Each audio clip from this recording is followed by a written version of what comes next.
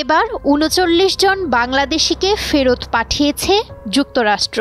অভিযোগ রয়েছে তারা সেদেশে অবৈধভাবে অবস্থান করছিলেন। শনিবার সকালে দেশটির একটি সামরিক বিমান C-17 করে ঢাকার হযরত শাহজালাল আন্তর্জাতিক বিমানবন্দরে এসে তারা পৌঁছান বলে জানায় ইমিগ্রেশন পুলিশ। ডোনাল্ড ট্রাম্পের অভিবাসন নীতির অধীনে তাদের ফেরত পাঠিয়েছে যুক্তরাষ্ট্র। এর আগে শুক্রবার পররাষ্ট্র মন্ত্রণালয়ের কনসুলার ও কল্যাণ অনুবিভাগের এক বার্তায় বলা হয়েছিল, মার্কিন সামরিক বাহিনীর বিমানে করে ৬১ বাংলাদেশিকে ফেরত পাঠানো হচ্ছে। তবে দেশে এসেছেন ৩৯ জন।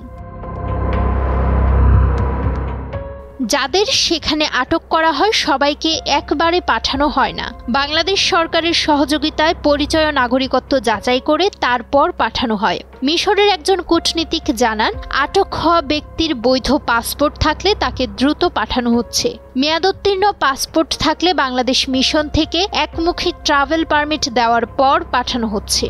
আর যাদের পরিচয় শনাক্ত করার মতো পাসপোর্ট, জাতীয় পরিচয়পত্র বা অন্য কোনো প্রমাণপত্র নেই, স্বরাষ্ট্র মন্ত্রণালয়ের মাধ্যমে তাদের নাগরিকত্ব নিশ্চিত করা গেলে তারপর টিপি দেওয়া হচ্ছে। গত জানুয়ারিতে প্রেসিডেন্ট হিসেবে দায়িত্ব গ্রহণের পর থেকে অবৈধ অভিবাসীদের নিজ নিজ দেশে ফেরত পাঠানো শুরু করে ট্রাম্প প্রশাসন।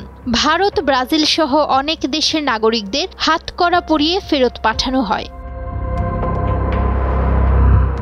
প্রতি মাসে বিভিন্ন ধাপে ফেরত পাঠানো হয়েছে বাংলাদেশি নাগরিকদের। এই ৩৯ জন ছাড়াও আরও ১১৮ বাংলাদেশি নাগরিককে এর মধ্যে ফেরত পাঠিয়েছে যুক্তরাষ্ট্র।